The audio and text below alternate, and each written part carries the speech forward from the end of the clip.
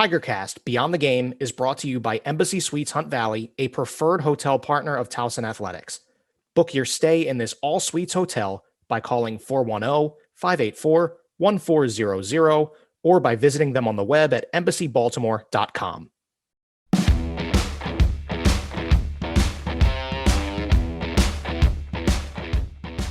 Hey Tiger fans, we're back with another episode of TigerCast, the official podcast of Towson Athletics. I'm Laura Laddick with the Towson Sports Network, and I'm joined by Ben Rosenbaum, the Director of Digital Media, and Tricia Turley Brandenburg, the Deputy Director of Athletics. So just to start things off, you wear many hats as a Deputy Director. What does a typical day look like for you?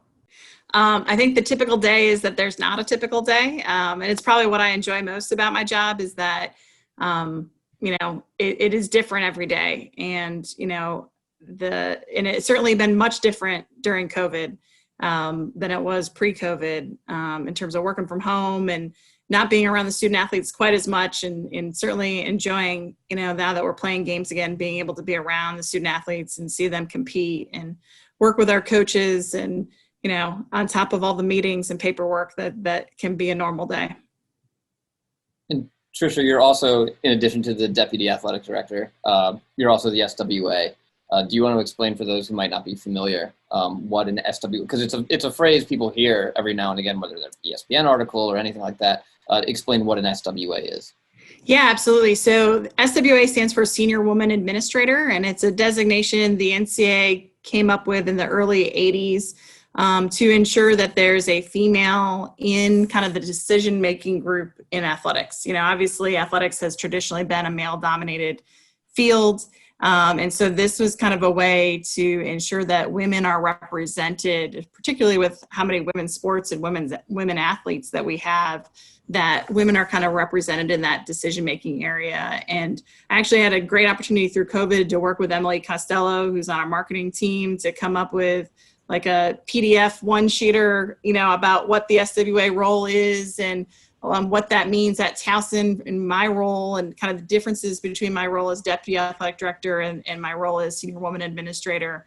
But I think the most important thing to know is that the title of Senior Woman Administrator doesn't necessarily come with specific job duties. It's a designation, not necessarily a job itself. But yeah, so I'm really proud to be Towson's SWA and represent for SWAs in the league and around the country as well. Oh, we're happy to have you. I know. I mean, we've worked together for a while now, so I know it's always been a pleasure. And yeah, no, you've done great stuff here for sure.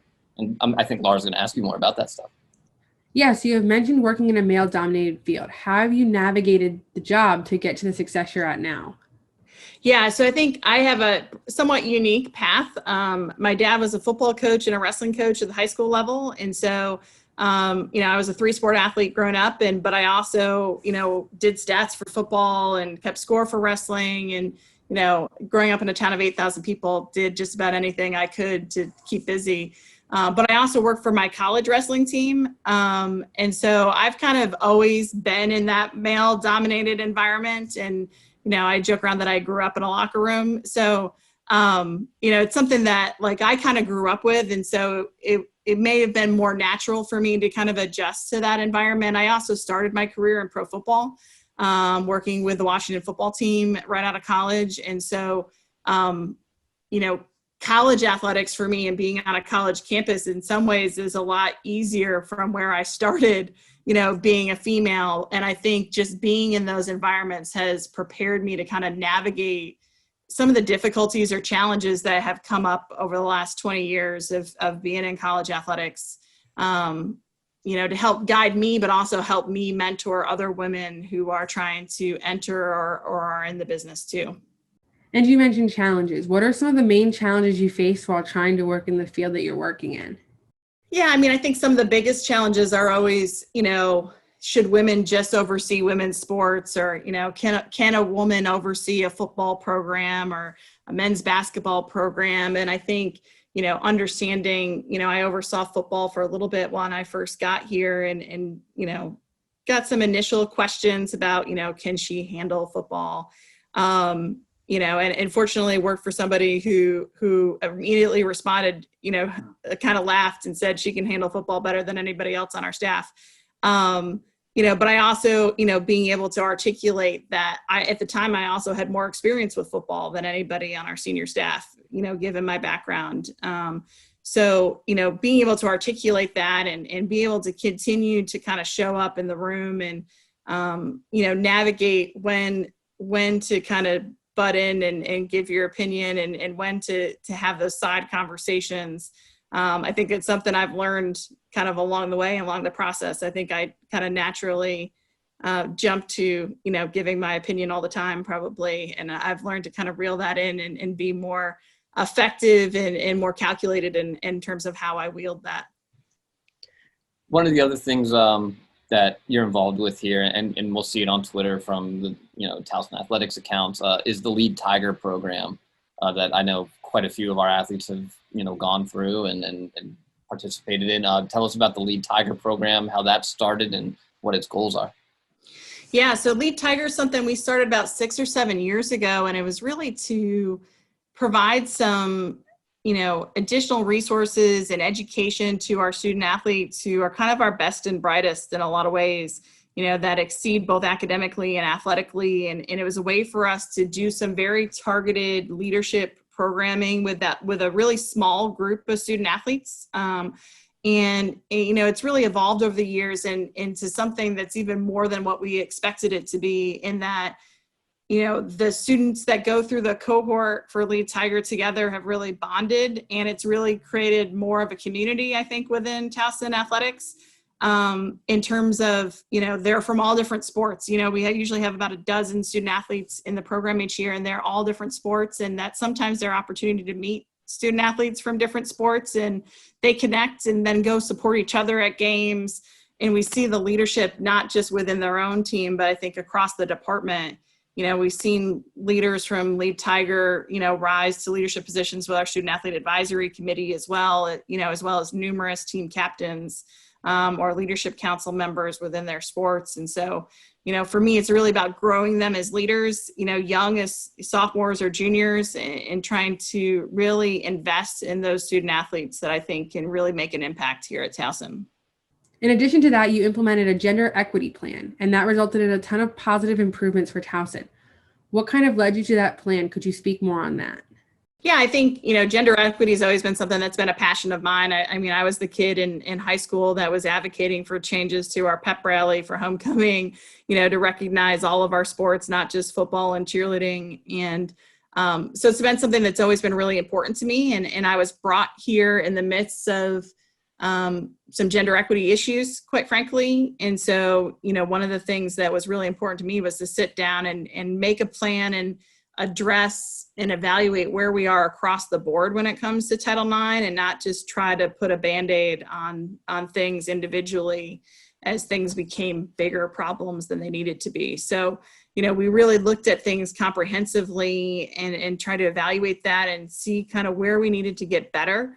And, I'm really proud to be at a school that invested in that and made a commitment to doing that. And we were able to significantly increase scholarships on the women's side. We increased staff on our women's coaches in our women's sports. We've built facilities. It's really, in some ways, I think remarkable, all the stuff that we've done in the last 8 years to really improve the circumstances and the experience for our female student athletes. And I think it has the added benefit of also, benefiting our male student athletes too, building out Tiger Fields, and, the lower field doesn't just benefit women's lacrosse and women's soccer, but it benefits football and men's lacrosse as well. So, I think, what we've learned from that process is being really committed to gender equity and doing that work, benefits all of our student athletes, not just our female student athletes. And we've talked here a little bit early on. There's a theme. It's the experience for the student athlete, both on the field, off the field, from performance to Lead Tiger. And another thing that I know we were all very proud about a few years ago was the Community Service National Championship through Helper. And can you just talk a little bit about the work that went into that, and then also just the feedback and the effort made by the teams and the student athletes to get out and really accomplish something that was, just really remarkable to see for the Towson community.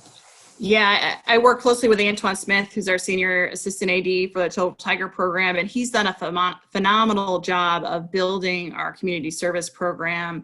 And it's really evolved from just, how many hours of community service can we get to really building a culture here at Towson Athletics, in that our coaches, our student athletes are really committed to community service. And it's been really positive to see, even during COVID, when the traditional avenues of community service, whether it's visiting schools or, going out and doing things in the community, has been pretty limited, from safety perspective, that our student athletes still want to get involved and still want to get engaged. They're doing now virtual school visits instead of going to the schools themselves, or participating in different, letter writing campaigns, whether it's to veterans or to people in nursing homes, and that, may just not have some human connection on a frequent basis. And so to be able to see that commitment continue and really create a culture of community service and ongoing service through athletics has really been an awesome thing to be a part of, and getting that recognition through the national championship, and being able to hang a banner in CQ saying we're national NCAA champions in community service, I think was a really special moment. And it's something that, we hope to continue. We've been in the top 10 at least for every year that they've done the competition. That's certainly a tradition we want to continue. Switching gears just a little bit, you oversee so many different areas, like the departments of sports management, academics, compliance, student services. I could keep going. How do you juggle all these different hats within your job? And I'm going to add real quick, on top of it, you're also the sport admin for volleyball, women's basketball, and women's lacrosse. Yeah, I think one of the things that helps me juggle it is we've got really great people here at Towson, and so, most of the areas I oversee directly impact our student athletes. And I think we've done a really great job in the last few years of building that team out. And, I've got to give credit to Jeff and Antoine and Nathan and, all those folks, Terry in compliance, that they've put together their own great teams. And it helps me tremendously to be able to rely on them, to work together. And I think we've built a really great collaborative atmosphere and environment where, people aren't working in silos anymore. Sports medicine isn't just talking to sports medicine. We've done retreats where I brought all of our student athlete services staff in the same room and told them they can't sit with anybody they work with every day, and stuff like that, so that when we have a student athlete who has a concussion, that's not just a sports medicine issue. It affects them academically. It might affect them in the weight room. There may be compliance things that we've got to deal with, and so to make sure that all those people are talking to each other and have a relationship so that we can do the best that we can do for our student athletes, that's really important to me. And I think, having great people in each of those roles kind of helps me juggle things, because it allows me to not just delegate, but to really work collaboratively with them, that it's not just falling on me. I'm not the person that's taping the ankles. I'm not the person that's writing the waiver. I'm not the person that's advising a student athlete, but for me and my role, whether it's through the student services areas that I oversee or overseeing sports, for me, it's about really coaching those folks up. And, I see my role as coaching coaches in terms of being a sport administrator, and really ensuring that we're providing great leadership and that we're communicating effectively across those areas, so that's kind of what I see my role as. And so that's energizing to me, which makes it a whole lot easier to balance as well. Because, I think my job's a lot of fun. What's the most fun part of your job? What do you enjoy the most? Seeing student athletes compete, like all the things we do during the week, whether it's paperwork, whether it's going to meetings, whether it's, for taping an ankle or doing a waiver, or, all of those things all contribute to seeing our student athletes compete and be successful. And so, being able to go down to the women's basketball tournament, or we've got the women's volleyball tournament this week, and being able to see student athletes have a shot at winning a conference championship, being able to see gymnastics go off to regionals this weekend, Those are the awesome parts of the job. What is one of your proudest moments while working at Towson? Goodness. I think there's a lot of things. I've been here for 8 years now. I think we've done a lot of things to be proud of. Ben mentioned the Community Service National Championship. You've mentioned the Gender Equity Plan. I think that those are things that our work that I've been most proud of. But I think also from a competitive standpoint, in 2019, I was overseeing women's basketball, men's lacrosse, and volleyball, and all three of them won a conference championship in that calendar year. So that was certainly a lot of fun and certainly a proud moment for me as a sport administrator. I'm gonna keep it kind of similar to that and ask you a really unfair question that was asked to me when I was in your spot. Who are some of your favorite athletes during your time here that you've gotten a chance to work with? Oh goodness, there's so many. I even got a text from Dominique Johnson, who played women's basketball here while we were talking. So, she's certainly one of my favorites. She always has a smile on her face, always cheers you up no matter what kind of mood you're in. I think, in contrast, Zach Goodrich, certainly with men's lacrosse, he actually interned for me as well. And seeing kind of his leadership develop through Lead Tiger and through being a 3-time captain with men's lacrosse, and seeing him kind of continue to be successful in the PLL, similar with men's lacrosse with Ryan Drenner, seeing him continue to be committed to SAC, despite having a baby the fall of his senior year and doing the work both academically and with his team and going to a Final Four in men's lacrosse. I think I'm hesitant to name any current student athletes because they're all my favorite. I think it's been, we've had great people. And I think that's something that is just another awesome part of being part of Towson Athletics is that we've got very real people here as our student athletes. And it's always a proud moment to kind of see them succeed both here at Towson and after their careers. And, we just have great people that we work with. And with everything you said, all your values and teamwork and just coming together at Towson, there's also a love for sports. What are some of your favorite sports to watch? Gosh, that's an interesting question. So I love to watch all of Towson sports. If you're at a game, you will likely see me there, unless I'm traveling with a team and can't be here in person. I mentioned earlier, I worked for my college wrestling team. So I am a big fan, especially of collegiate wrestling, although I do follow Olympic wrestling as well. So you may see some random wrestling tweets from me if you follow me on Twitter. But yeah, I pretty much like every sport. My husband will also laugh that I always say, the Olympics coming up this summer, I wish handball was a thing in the United States that I could have played as a kid because I am obsessed with team handball in the Olympics.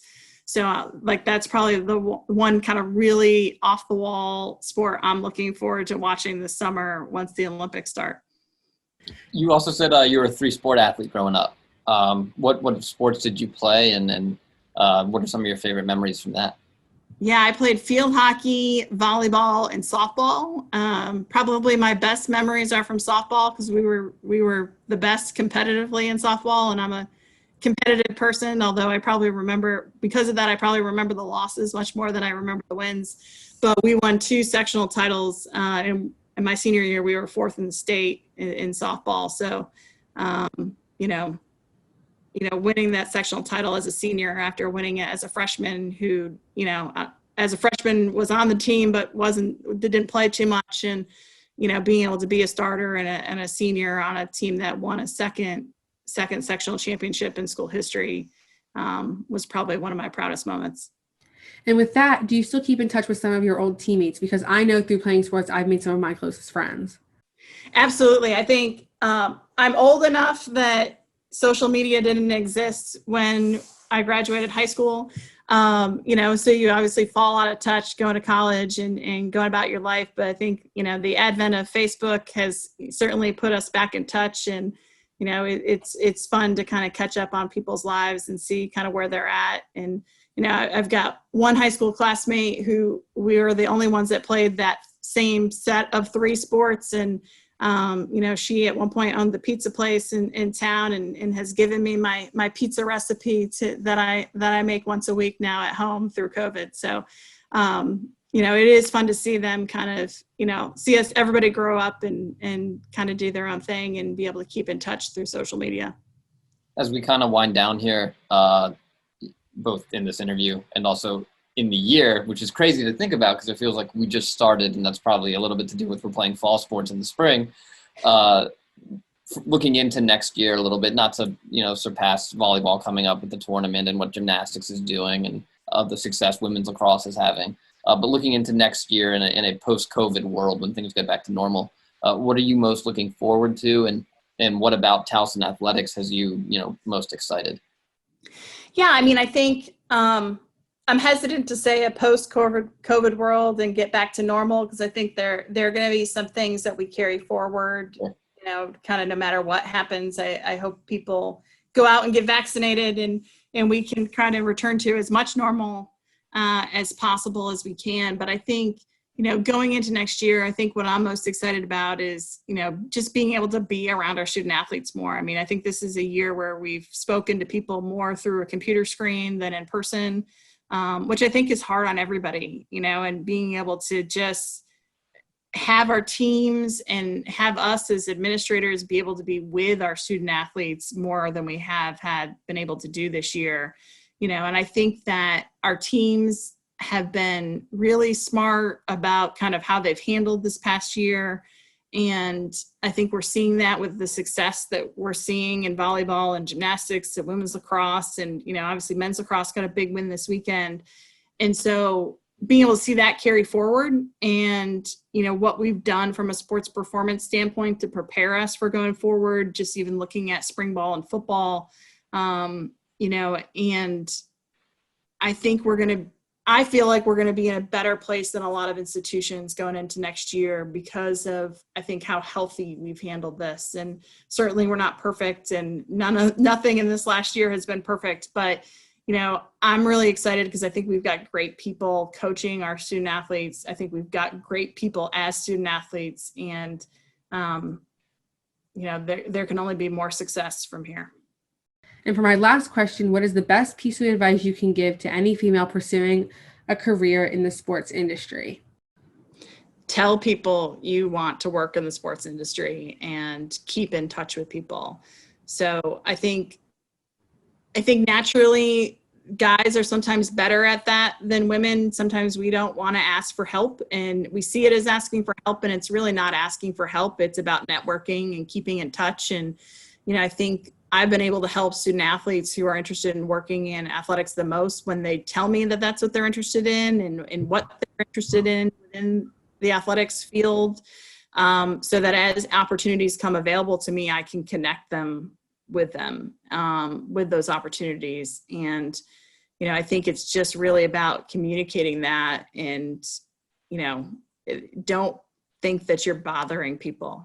Because you're not, we're all more than willing to help folks that want to work in this business because we all do it because we love it. So when you love it, you like talking to people about it. So, it's not a burden, so long as you're keeping up with kind of the work that you need to do as well on your end. So again, I think it's just tell people what you want to do and build those relationships.